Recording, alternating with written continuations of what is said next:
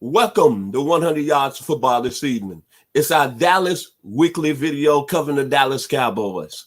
If you like the video today, please come in and share it. We're broadcasting live from Metro Atlanta.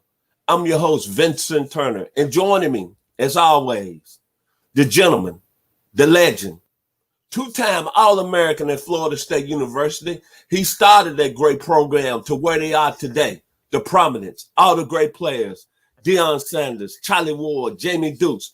This man right here started that tradition. And he played 12 long, hard years with the Atlanta Falcons. Well respected in the Atlanta metro area. One of the best guys I ever met in my life. Yes, sir. I'm saying it today here on 100 Yards of Football. The great Bobby Butler from the 305. If you like the video today, please come in and share it. This is 100 Yards of Football as we break down the Dallas Cowboys. Let's talk about the Cowboys right quickly. They're on the bye week. They're 2-7. I know starting the season, everybody thought this was a Super Bowl team. And unfortunately, with injuries, losing their star quarterback, that's not happening right now. But I would say last week against the Pittsburgh Steelers, me being a diehard Dallas Cowboys fan since 1966, the days of Don Meredith, another Florida boy, Bob Hayes, Don Perkins out of New Mexico University. I was proud to be a Cowboys fan last Sunday because that's how the Cowboys supposed to play. And Mr. Butler, break it down. Why did the Dallas Cowboys look so different last Sunday and they lost to the Pittsburgh Steelers? Well, first of all, Vincent, let me go this far to say I applaud the Cowboys' effort in this game. I mean, that's what we've been waiting to see for a while, a competitive team. And to be honest with you, they control the game for most of it, right? And so I think that Dallas is making some adjustments. I think now that they found a quarterback that can really help them. And that's going to help them. I think from a defensive standpoint, the last 2 weeks, they played pretty decent. You know, they lost the game in Philly and they've turned the ball over 4 times.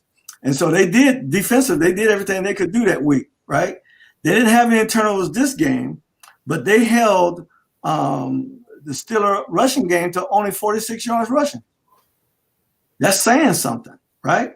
We know Big Ben had a big game. He threw for 300 yards. But let's just say the Dallas defense played well. You know, the game was right there for them to win it, and it got away from them at the end. So I really want to applaud that effort. Garrett Gilbert, 21 of 38, 243 yards, a touchdown, and 1 pick. That's a good day for a guy for a high-profile game and to just got in camp, right? And playing against the number 1 team in the league right now. I applaud them for that effort. To me, that was a win for the Cowboys. Question. As we got so many this evening, I have so many. Okay. The Cowboys are 2-7. They got a bye week. Garrett Gilbert was pulled off the Cleveland Browns practice squad. Played at the University of Texas. Was a highly 5-star recruit back in the days. Right. A guy that came into a system, and let's be honest, he looked at very well, though.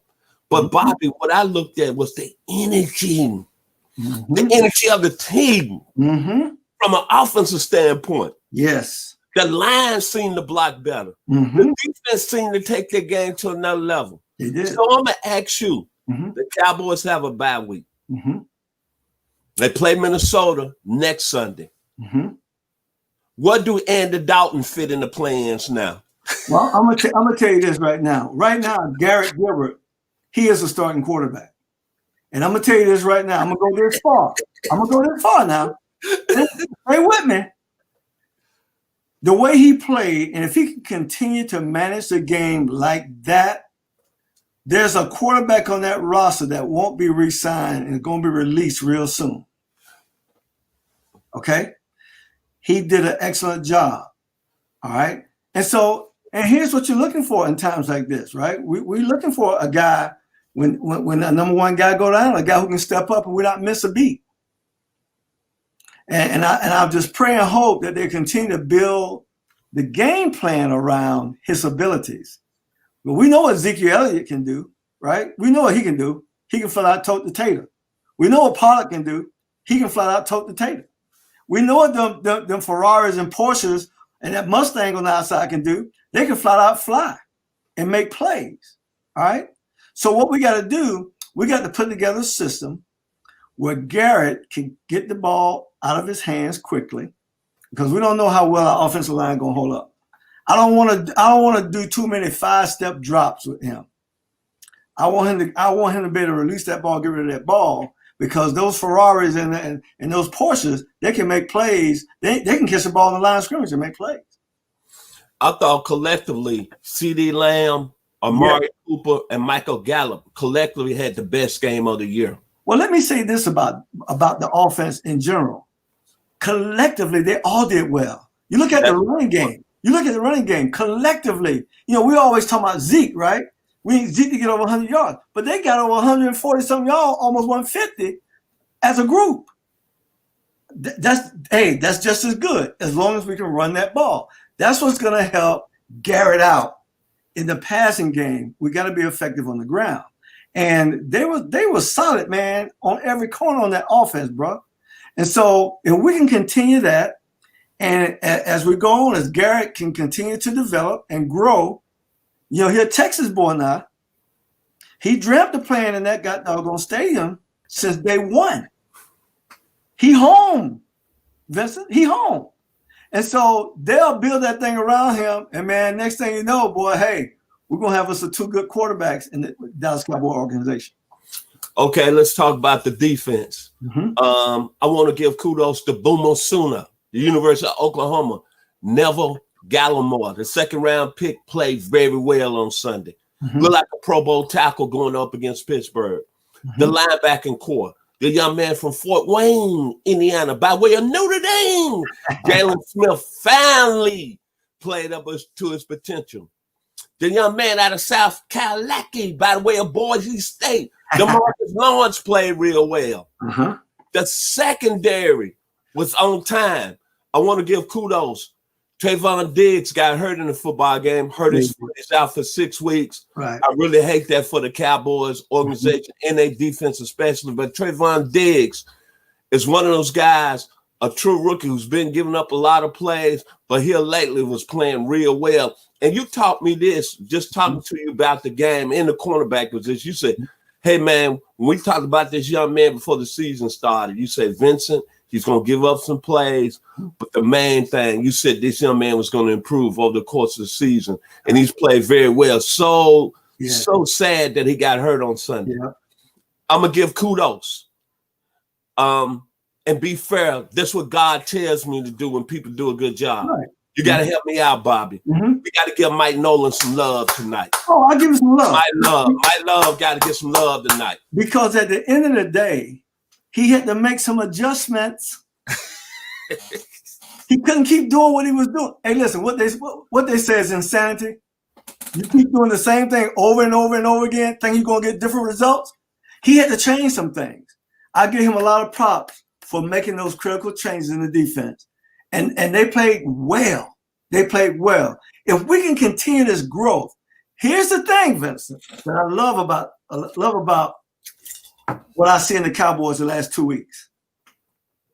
They still got a chance to win the division. Yeah, they're 2.5 games out. Right now, it's anybody's division still. So if they can keep improving like they are, hey man, I'm telling you, man, I wouldn't be surprised. But what a great storyline. Listen, what a great storyline if the Cowboys won the division. Yeah, but I think realistic, Bobby, you know my famous words. However, it's news coming out of Dallas. If the draft ended today, they will have the 3rd overall pick. Hey, that's easier said than done.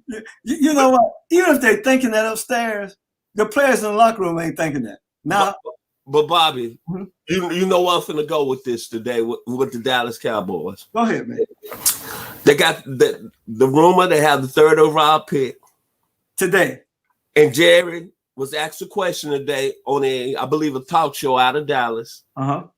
And the key question was, we've been talking about this for the last year and a half. Mm-hmm. Would you take a quarterback? Okay. And his answer was yes, yes. Mm-hmm.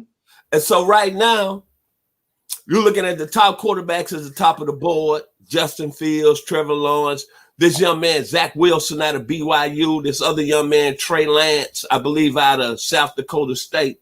Mm-hmm. Same school Carson Wentz went to. I hope I got the Dakotas right. Mm-hmm.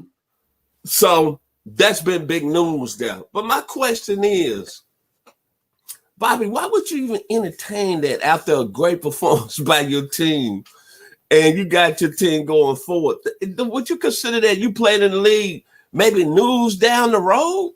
Well, I'm going to tell you what. I would have kept my mouth shut because at the end of the day, you don't have to know what I'm going to do. Right. You don't have to know what I'm going to do, right? I would have kept that to myself because now here's the thing. Here's the thing about locker room. Here's the most important thing about locker room that you got to know. Everybody listen, y'all hear what I'm about to tell you. The most important thing in the locker room is unity and trust. And if I can't trust my owner, let me tell you something. See, the players, the worst thing you can have on your team is for them not to be in harmony. And when you start saying things like that, now they're not going to say it around you. You're the owner. You're writing the checks. They're not going to say anything around you. But when they go home, they talking amongst each other. Then they get in a contract situation. They don't trust you. You got real problems then. And then you get guys that become free agents. They were like, man, I'm going to get up out of here. Because that joke ain't right.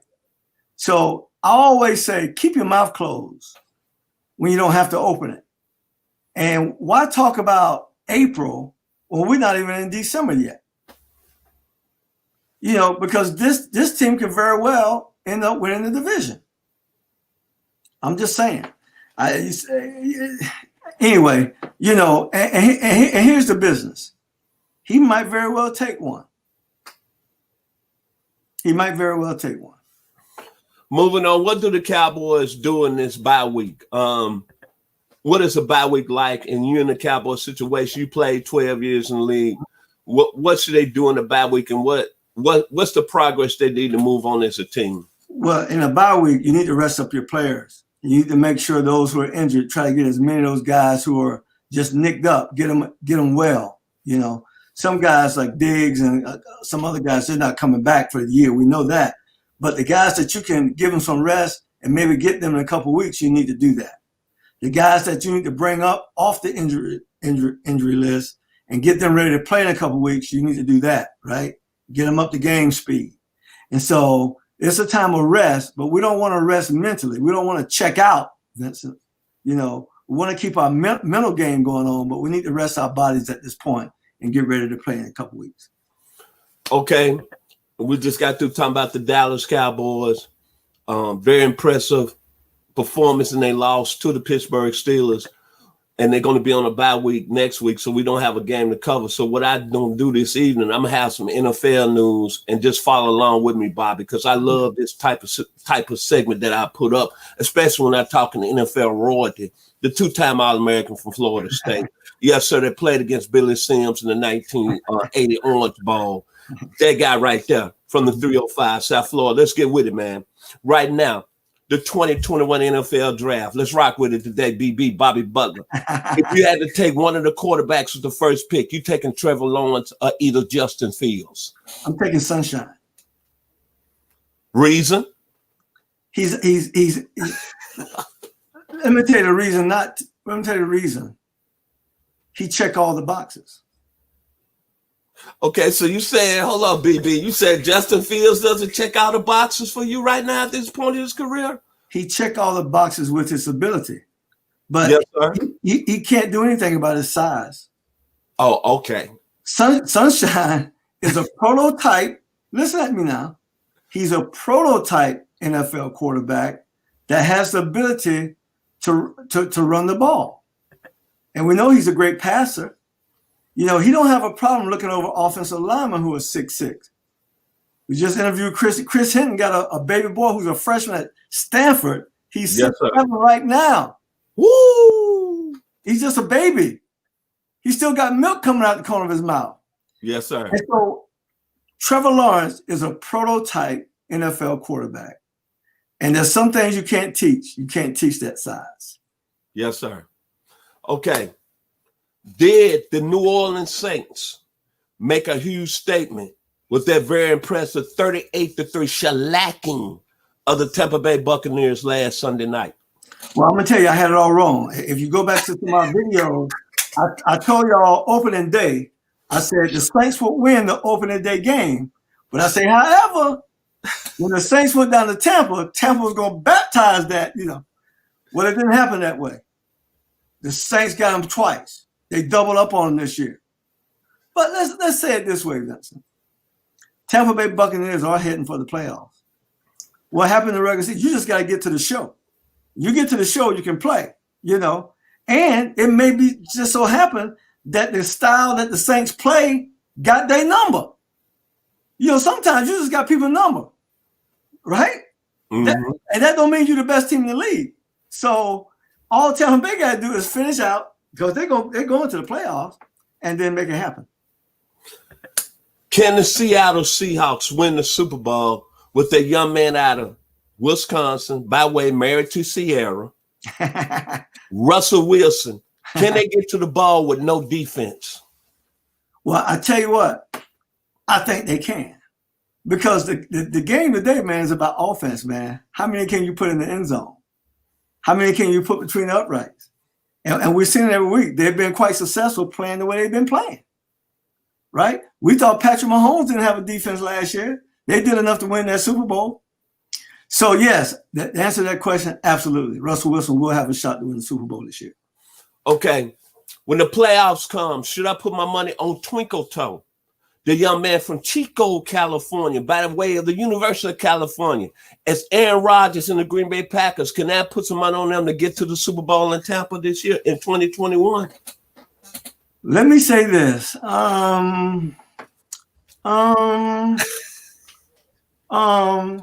I don't think so. Reason? Russell Wilson. Sierra. 404-770. I don't believe nobody's going to beat them in the NFC. It's my man up there in the desert by way of Oklahoma. Heisman Trophy win a couple of seasons ago. Is Arizona playoff team with the young man running the show in Kyler Murray? It's going to be tough for them, right? They are a playoff caliber team, but that division is tough, Vincent. It's tough out there, right? So it's going to be, man, somebody going to be sitting home and somebody from the NFC East going to make the playoffs. They're not going to be 500 to make the playoffs. It's going to be a travesty, but somebody over there ain't going to make it. Moving on with my other little tidbits as we moving down the road. We got about seven more minutes left. Let's move over to the AFC. Mm-hmm. Roll Tide. It's Mr. Tua and the Dolphins. Are they for real? Playoff bound? They for real, and I think they playoff bound, right? I do think they playoff bound. But however, that division will not be won by the Dolphins. That division going to be won by the Buffalo Bills. But I believe Tua will make it to the playoffs. But I tell you what it's going to do. See, what I was hoping for the Dolphins, I was hoping that they sat in the whole year and got everybody right? But they didn't sit him. He's playing good. They're playing good. I'm just praying that he stay injury-free this year. Nothing happens crazy.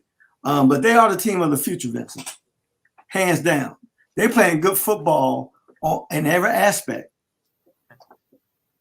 So when you're picking the Bills winning the AFC East this year, so you saying we can go back to the days of the O.J. Simpson, Jim Braxton, Reggie McKenzie, Jim Kelly, Thurman Thomas, Andre Reed, Bruce Smith, you saying the Bills are ready to step back in and taking their throne like they were back in those days under the young man out of Wyoming and Josh Allen? Josh Allen is a freak of nature. Josh Allen can do things that nobody can defend. He's a big body running back that can throw the ball. Josh Allen you're going to have to deal with Josh Allen. He's hard to stop, and you can't account for him. It's hard to blitz him because if you blitz him and he going to hurt you with his feet. All right, you can't account for him. So they're going to be hard to deal with long term. And they got a young roster. They got a great receiver. Stephon Diggs is the number one receiver in the National Football League. Man, he's had an outstanding season. I didn't think he would put up those type of yards going over from Minnesota to Buffalo, but he's made a statement. Clearly, we talk about Julio Jones, we talk about DeAndre Hopkins, but I'm going to say in much respect, Stephon Diggs gets an A+ in my grade book. He is that dude. He's getting it done. Yes, sir. Yes, sir. Moving on. I got some people that hit me on Facebook from my beautiful hometown, the 901. And they tell me all the time why we don't give this team some love.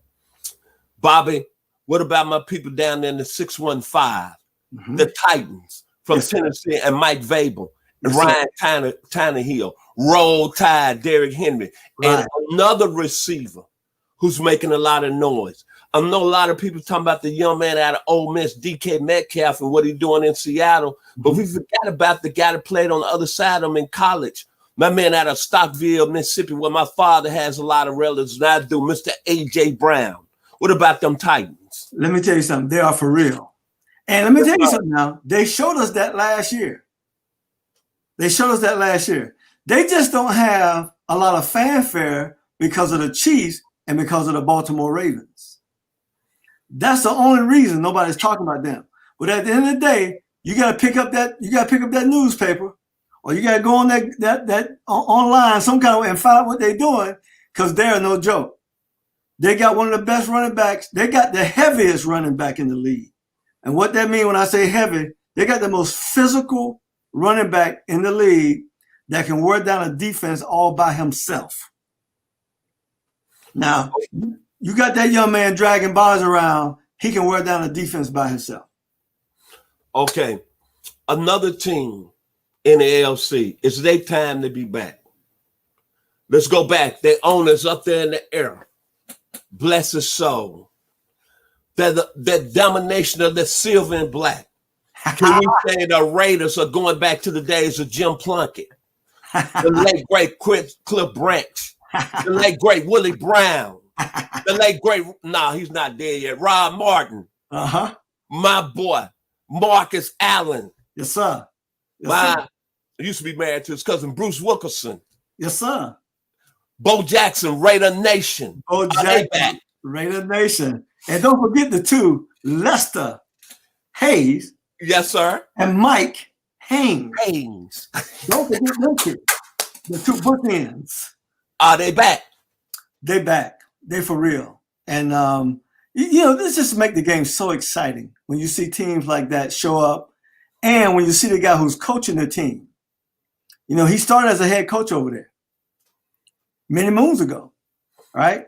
Then he left there and went to Tampa, won the Super Bowl. So I'm telling you right now, the Raiders are playing good football. They got a great team. They got all the pieces to the puzzle. And so it's going to be, when the playoff time comes, Vincent, it's going to be a matter about who playing the best on that given Sunday or that given Saturday. Hey, man, if talking about the Raiders, the Las Vegas Raiders, I got to give kudos to Mike Mayock. Oh, absolutely. Man, I didn't think a guy can transfer from the television booth to become a GM and really turn that football team, that organization around so quickly with John Gruden. But they had a plan. Well, they had a plan. Right. They are a very impressive football team with Derek Carr, Josh Jacobs. Again, Roll Tide. If we keep announcing these players again, Coach Kevin the Bull Jones, I know he's going excited. But I got to give it to him. Josh Jacobs is one of the best backs in the game right now. Hands down. Well, let me tell you something, though, man. When you get those two, Gruden and Mayock, together, and they're on the same page, bro, they can make magic happen. So I get a Raiders. I can't wait to see how this thing ends up this year. It's going to be an interesting year. And my final question for the evening here on Dallas Weekly. Out of these three teams, who are you going to put your money on to be down in Tampa, down in February in 2021? Okay. The Steelers, the Ravens, and we didn't mention Andy Reid and the Kansas City Chiefs. Who's going to be there out of those three teams playing in Tampa, representing the ALC? You ready? Yes, sir. The Steelers. I got a feeling with you, the Steelers. Mm-hmm. The Steelers. Tell us why. The Steelers have a formula that has not changed since the 70s. You know, Pittsburgh is a blue-collar town, and they play blue-collar football, and they have great fan support because of the way they play. They're one of the most physical ball clubs in the National Football League, got the best defense, in my opinion, in the National Football League, got a blue-collar quarterback, and got some pieces to the puzzle. I think they're hungry. I think Coach Mike Tomlin, I think they're hungry. He's ready to go back and win another one. It's just something about them, man, that they don't do it fancy. You know, like that game this past week against the Cowboys. Hey, great teams win the games when they don't play well. They still win. The Cowboys had that game, and then just like that, it would flip like that. So they win the games they're supposed to. A quarterback, Big Ben, who's been there, done that, won it, right? So I think they're hungry. I totally agree with you 100%. When you look at the Steelers, I think they're the most balanced team in the National Football League right now. Mm-hmm. You brought up the points. Their quarterback has been there and done that, Big Ben Roethlisberger. They're running back game. They got two really young, good running backs in Benny Snell and James Conner. When you look at the Steelers, it's a process. Every player they seem to draft comes into their system and they seem to perform like the young man out of Notre Dame, Chase Claypool. I mean, he comes to produce. Right. Then you look on the defensive side of the Mitchell Fitzpatrick was over there in Miami. He's in Miami. He's a good player, but now over here with the Steelers, he greatness. He's a star. Greatness. Yes. Then they lost their linebacker, the young man out of your part of the neck of the woods. Out of 305. Devin, what's his? What's that? Devin Bush, and they don't miss a beat. They don't miss a beat. Joe Hayden gets drafted by the Cleveland Browns. Doesn't play good football for what 6-7 years in the league. He comes over there. He's a lockdown corner. He's a lockdown corner. We talk about J.J. Watt all the time over there in Houston, how good he is. But I'm going to be honest, baby brother surpassed him. Baby brother passed him. Baby brother surpassed him. He passed him. That's right. That's right. And then Bud Dupree out of the University of Kentucky. And I'm going to say this. We talk about great defensive tackles, and you know this young man personally, and you saw him play in high school.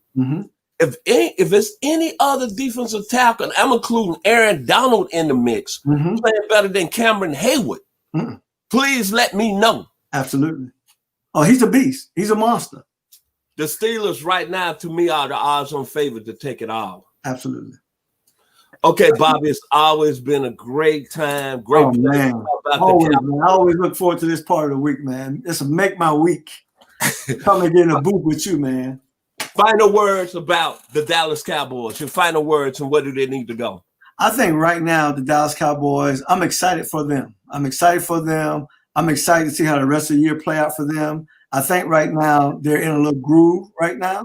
I think they're growing. Now, if they can continue to build on that, Vincent, like I told you, it ain't over to the fat lady saying, and she ain't opened her mouth yet. And I would say this to end the show. It's my always famous saying. I'm going to go back to your great days when y'all was rocking on the sideline. The Cowboys, all they could do is go up, be too legit to quit, baby. That's right, baby. So, they end the video today. As I always say, I'm Vincent Turner, a.k.a. the only son and the baby boy of Chester and Inez Turner from the 901 Memphis, Tennessee. Tennessee, the greatest state in the union. Y'all have a blessed day. And thank you for Dallas Weekly, for letting us bring our Dallas Cowboys weekly video. God bless and have a wonderful afternoon.